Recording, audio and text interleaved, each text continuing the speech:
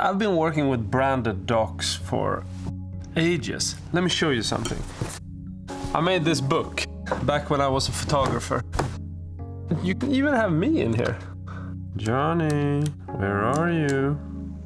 Here's my first office. It was tiny. This is how low-key the equipment was. Everything was from like Home Depot, but the Swedish version. I was so inspired by Robert Rodriguez back then. Anyway, that was funny to see. I work with Craft Sportswear now, and I run their YouTube channel. We do short docs, especially. Like sometimes we will do like other videos that are running related. But most of the time we focus on trying to tell stories through documentaries.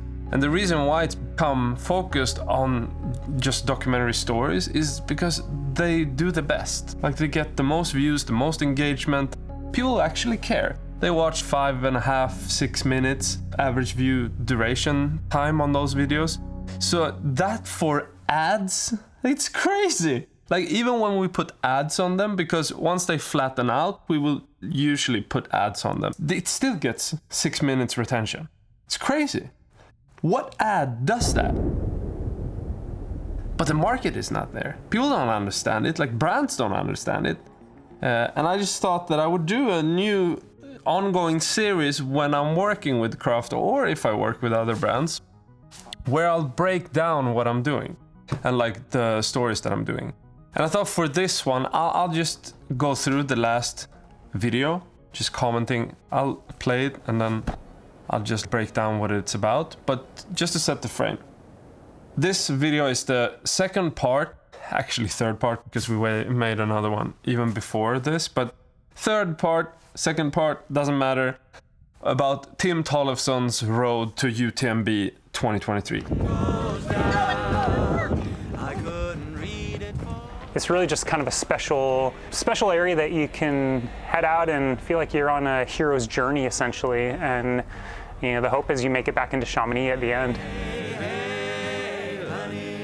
Mont Blanc is one of the most dangerous mountains in the world. It claims 100 lives each year. It's actually for climbing, most of them, I think, so it's not really running related. But you want to set the stakes at the beginning so that you have something that can build up. And when I found this story with Tim about how he had injured himself previously and had been helicoptered out of this place, it set the stage of this dangerousness, and it just connected really well to that statistic. So I tried to mesh those together just to set the stage for this race. And just because he disappears, it's a good build up towards that. That's how I thought about it. 18, it was a quite stormy year. I was almost 50K into the race, running with Xavier Thevenard, who ended up winning.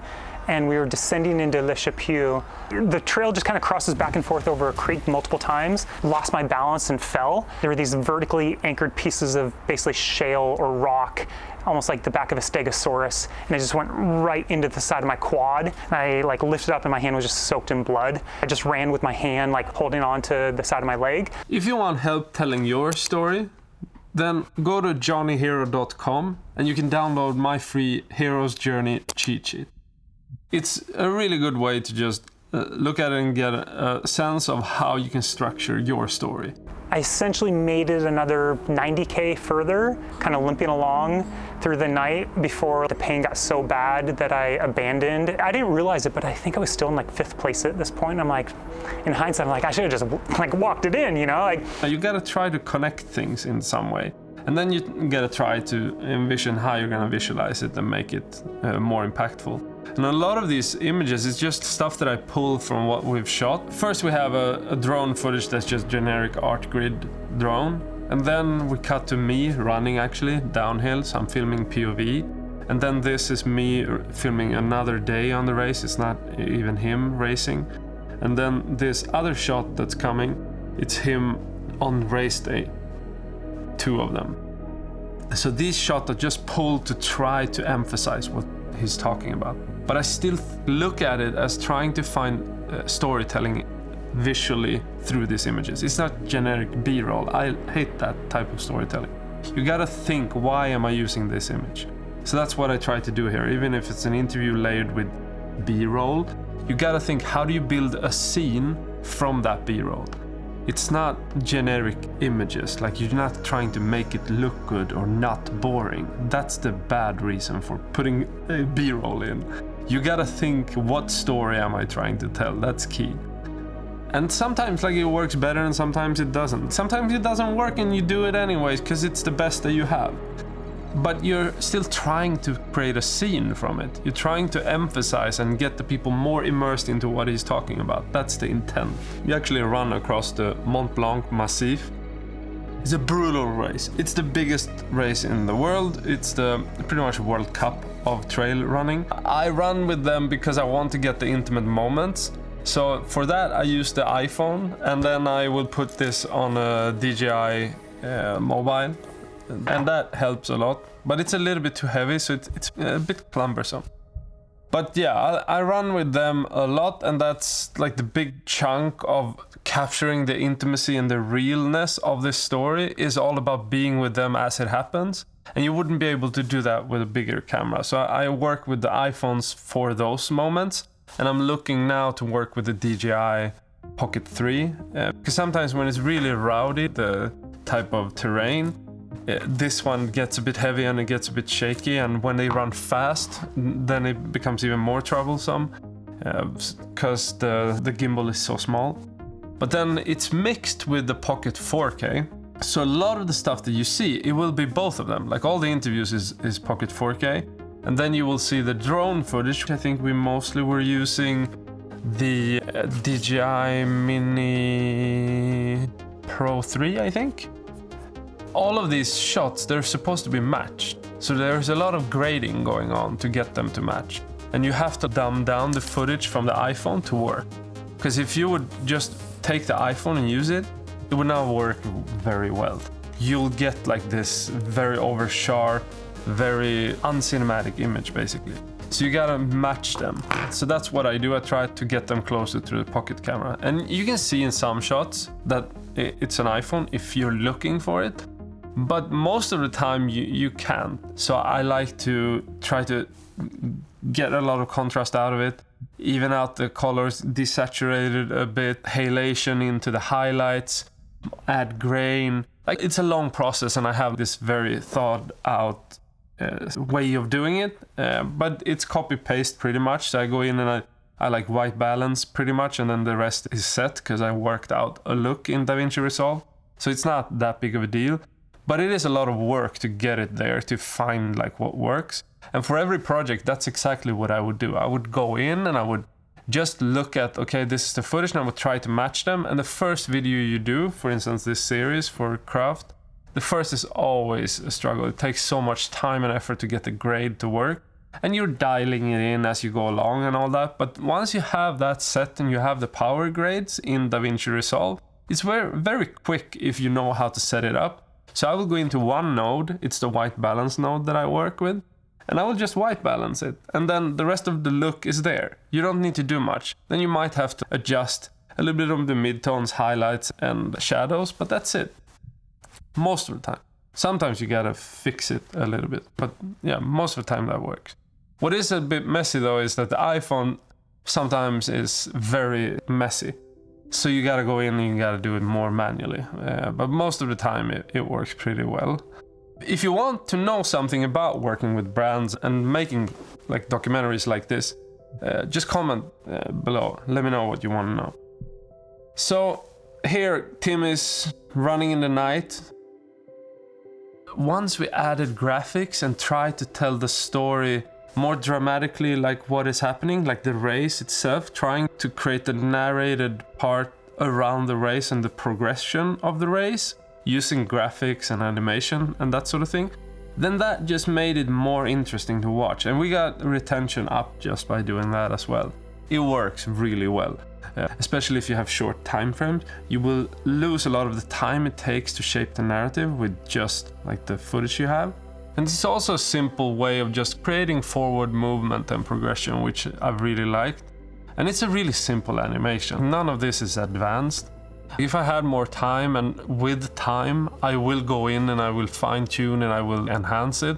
But it's just a matter of getting stuff out and simplifying things in the beginning. Using text to just be clear about what is happening. then people can follow along and they understand more. That's exactly why, for instance, TV will add voiceover that drives me nuts.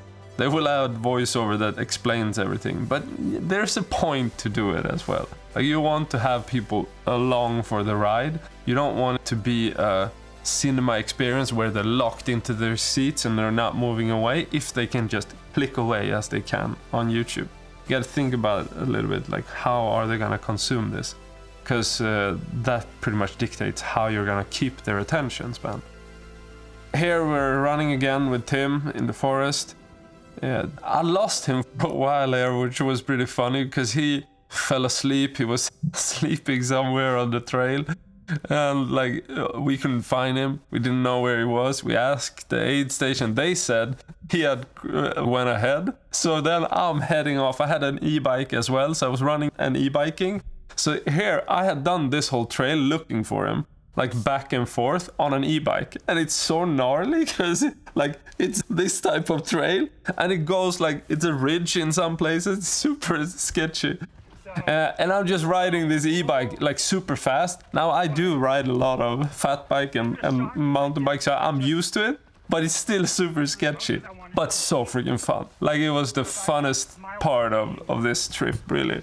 Just going on an e-bike on this trail, and you're not like, it's not a biking trail, it's a running trail, so it's super like technical. It's really hard. I had to get off sometimes because you gotta be pro if you're gonna do the steepest parts that goes down like this and then they turn around straight away. Like, it's so scary. So those I actually got off the bike when I did.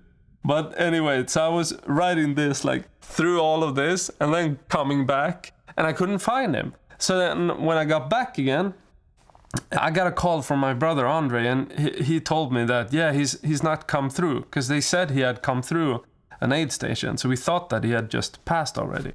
And then no, he hadn't passed. So then I head back. I start to just like a motorcycle, pretty much like full gas or throttle on the e-bike. I went back and I eventually put my bike down in the valley where this whole thing ends, and I ran up, and then I found him and I could run back with him. So it was probably like, I don't know, 5K or something that I had to run with him. And then it was out in the open, so I could go with the e-bike for the rest of the trip towards the aid station. So it's a bit of a mix like that. And like an e-bike, even though it's motor driven or battery driven, it's still hills where you got a bike. Like, it's Mont Blanc. So let me know, what do you want to know more about working with brands? Because this is just me breaking down this one. I can go into gear, I can do different types of videos, but I wanted to see how can I start using these, because these are really interesting and it is something that I'm doing all the time. I just haven't shown that much of it yet. And there are a lot of these videos in the backlog that we've done the previous year that we've been running this YouTube channel. So I will go back and I will do similar things for those specific things. How do we do this? How do we do that? But I found this really interesting to just watch it and watch back and see, to just make like a commentary of it. It's really how I got into filmmaking, is like director's commentary. It was really interesting to see all the behind the scenes and just like feel it, understand how did they work, how did they think about this. And there's so many layers of it that I really like that format, and it's just gone to waste since DVDs weren't a thing anymore. So I want to bring that back. And if you haven't watched my director's commentary for Pearl of Africa, which 10,000 people watched that one.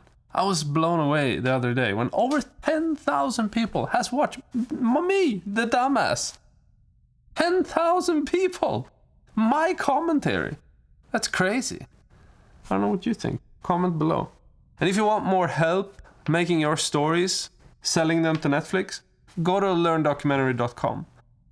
In a previous video, I did use Google Earth to make these animations of the race, but then I just felt they didn't look too good. So now I've started adding like a film look to them, trying to just dirty them down and make them more like it's a film. But using Google Earth it's really nice because it's so easy to create the route and create that more cinematic. because you wouldn't be able to get that shot. So I really liked how this turned out. Now it's super low-key, it's not an advanced type of compositing thing. It's just basically layering stuff. Like you have a frame, which is a photo frame that I've masked in the middle, and then I have a film layer on, and then I just put the graphic. I think I cut it up so that at first it's just like the animation of it going in, but it's not an animation, it's actually a video that I just pulled from Canva. So it's actually just, I pulled it out from Canva as an MP4 and then I pulled it into DaVinci Resolve. And then that just, it looks like it's animated, but no, it just is like that.